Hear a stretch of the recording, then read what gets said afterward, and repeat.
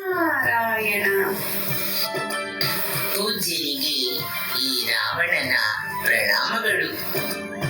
ಮಂಗಳವಾಗಲಿ. ಇದೇನು ರಾವಣ, ಎಲ್ಲಿಂದಲೂ ಬರುತ್ತಿರುವಂತೆ ಕಾಣುತ್ತಿದೆ. ನಿನ್ನ ಹಿಂದೆ ಇರುವ ಆ ವಿಕಾರ ಸ್ತ್ರೀ ಯಾರು? ನೋಡಲು ಭಯಾನಕವಾಗಿದ್ದಾಳೆ. ಏನಂದಿರಿ ಪೂಜ್ಯರೇ? ಆ ಅತಿಲೋಕ ಸುಂದರಿ ನೋಡಲು ಭಯಂಕರವಾಗಿದ್ದಾಳೆಯೇ? ನಿಮಗೆಲ್ಲೋ ಭ್ರಮೆ. ಇಲ್ಲ ರಾವಣ, ಇಲ್ಲ. ನಾನು ಹಾಸ್ಯ ಮಾಡುತ್ತಿಲ್ಲ. ಒಮ್ಮೆ ಹಿಂತಿರುಗಿ ನೋಡು. ಅಯ್ಯೋ, ಇದೇನಿದು ಇಷ್ಟು ಭಯಂಕರವಾದ ಸ್ತ್ರೀ? ನಾನು ಮೋಸ ಹೋದೆ, ನನ್ನಿಂದ ತಪ್ಪಾಯಿತು ಪೂಜ್ಯರೇ.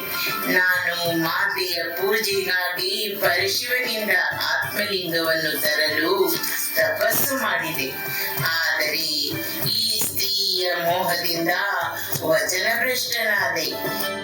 ಈಗಲೇ ಪರಶಿವನಿಂದ ಆತ್ಮಲಿಂಗವನ್ನು ತರುತ್ತೇನೆ. ಆಶೀರ್ವದಿಸಿ ಪೂಜ್ಯರೇ, ಹೊರಡುತ್ತೇನೆ. ನಿನಗೆ ಮಂಗಳವಾಗಲಿ ರಾವಣ. ಓಂ ನಮಃ ಶಿವಾಯ.